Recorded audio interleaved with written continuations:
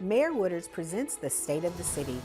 The Tacoma Dome turns 40, and a public-private partnership helps curb catalytic converter theft. These stories and more on Tacoma Report.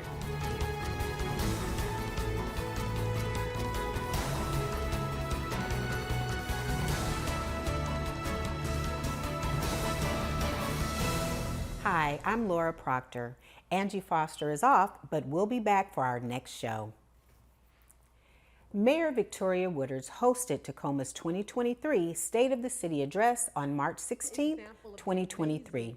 I can't tell you how happy I am to have all of you here with me this evening in Mount Tahoma's auditorium in person. She spoke on the theme Building Tomorrow Together.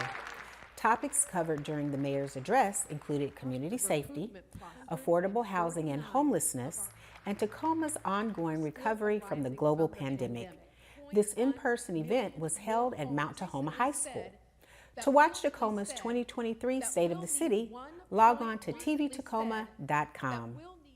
For 15 years, the South Sound Sustainability Expo has been the region's largest celebration of sustainable actions. Stacey Ellifrit has more on this free, family-friendly event taking place on Earth Day 2023. The community is invited to discover local resources that help make their lives more sustainable. Back again is the South Sound Sustainability Expo, taking place at the University of Washington Tacoma campus along the Prairie Line Trail and Tollefson Plaza. There's going to be about 100 vendors participating this year, ranging from local businesses, nonprofits, to government agencies, such as the City of Tacoma, Tacoma Tool Library, Tacoma Tree Foundation, Downtown on the Go, and so much more, including food options such as vegan food trucks. In addition to connecting with many environmentally related vendors, participants will also enjoy sustainable activities. So we're partnering with the Chaya Movement, which is a local sustainable fashion organization, to host a free community clothing swap where you can donate gently used adult clothing items, browse through the donated items, and then take home items for your own reuse. Additionally, we're having an electronics recycling drop-off event with UWT and SBK Recycling, so you can drop off your old or unwanted electronic items, and then they'll get properly recycled. There are also fun things to do for the whole family to experience sustainable living options together. So we're going to have a scavenger hunt with participating vendors, so kids can hop from vendor to vendor and ask specific questions to learn more about their organization or services, and then once they fill up all of the scavenger hunt questions, they'll be awarded with a sustainable prize. Many organizations will be present to showcase their efforts to make our community a healthier place. And event goers can start their sustainable practices even before and during the expo. We're encouraging all attendees to arrive via sustainable transportation, whether that be biking, walking, or using public transportation. Additionally, we're using all recycled or reused materials for the build-up of the event, and we're reducing all of our non-sustainable giveaway items. And finally, all of the vendors are promoting environmentally friendly actions in the South Sound region. Celebrate, connect, and cultivate everyday sustainability by attending this free event on Saturday, April 22nd from 10 a.m. to 3 p.m. For Tacoma Report, I'm Stacey Ellifrit. For information on all the activities available at the Expo, visit the event website. Combating crime comes in many ways. Tacoma Police, teaming up with Titusville Toyota, armed themselves with orange spray paint and etching tools in an effort of helping protect residents from catalytic converter thefts. Recently, on St. Patrick's Day Friday, vehicle owners brought their cars to Titusville Toyota for a free catalytic converter etching and ID event. With the catalytic converters being stolen at astronomical rates, the cost of having to replace it would be astronomical. This is the best bet to stop them from taking, and it's an easier way for them to track where it belongs. We lost a catalytic converter about 2 years ago in my wife's Prius, and so we're always vulnerable, and this would help prevent that from happening again. This is the second catalytic converter etching event for Tacoma Police. The success of the first one last November tagged more than 300 vehicles. Tacoma Police Chief Avery Moore was on hand for this event, noting the organized efforts and partnership with Titusville Toyota.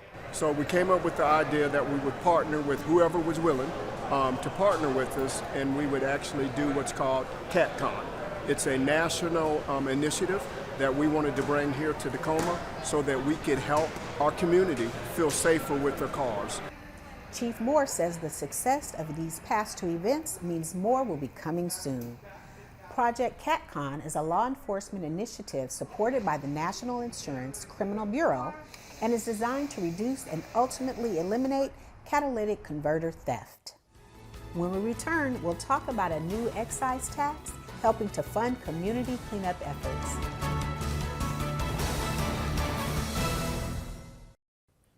This past November, the Tacoma City Council approved a new excise tax to help fund expanded community cleanup efforts in the city.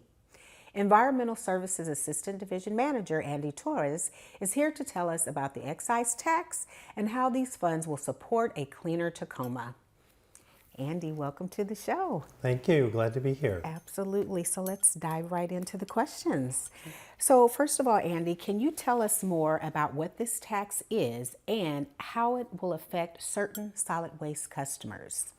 Well, it's a 6% tax, and it will be applied to both residential and commercial customers on their solid waste utility bill.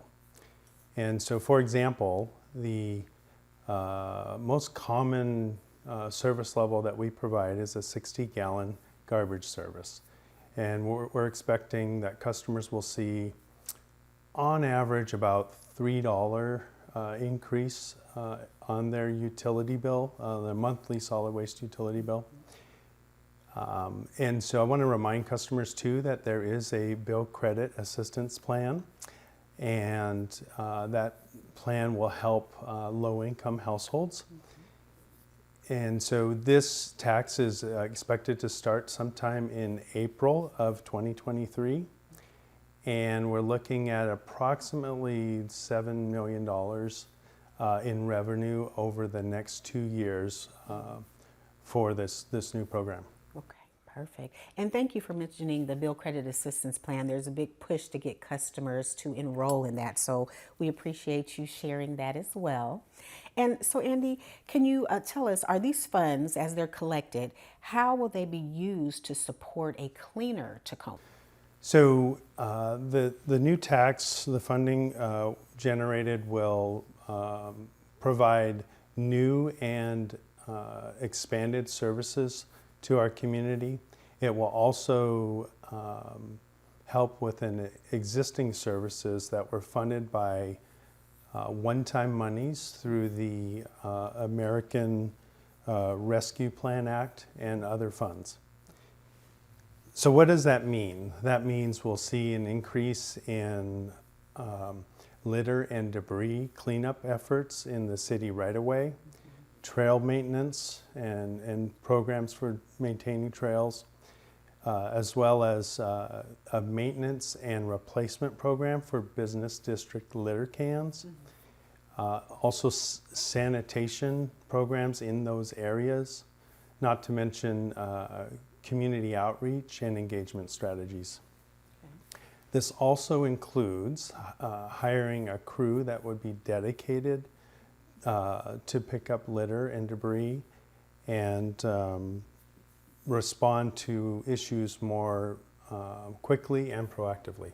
Wonderful. So these funds are going to help with in a lot of different areas as far as keeping Tacoma clean, getting it cleaner. So that is awesome. Yes. And so can you tell us why was this a part of the City Council's budgeting process? And I think you kind of touched on that as far as what those funds are going to be able to assist with. Yeah, so the tax was really implemented under the direction of City Council, really to address the litter and debris issues across the entire city. And let's be honest, we're seeing an increase and urgent demand for these services. So City Council enacted under legislative authority this resource without the vote of the people. Mm-hmm. Okay. And can you tell us a little more about what the future holds for the efforts? So later this year, city staff will be reaching out to the residential and business community to get their feedback on how we can enact some of these citywide cleanup efforts with as many resources as possible. And so our final question, things are just getting underway, but are there other cleanup programs already in place that residents can participate in? Yes, of course. So the city offers a wide variety of programs to help clean up households, their neighborhoods, as well as the environment, keeping it clean and healthy. Two of the most popular programs that are out there that our community utilizes are the Adopt a Spot program and then, of course, the Call the Hall program. Right. Okay. Well, Andy, thank you so much, first of all, for your 30 plus years with the city and all your knowledge and everything that you bring, as well as everything that the Environmental Services Department is doing in regards to this program. Well, thank you. And we hope to have you back on the show again. I'd love to be here. Coming up, honoring a fallen firefighter.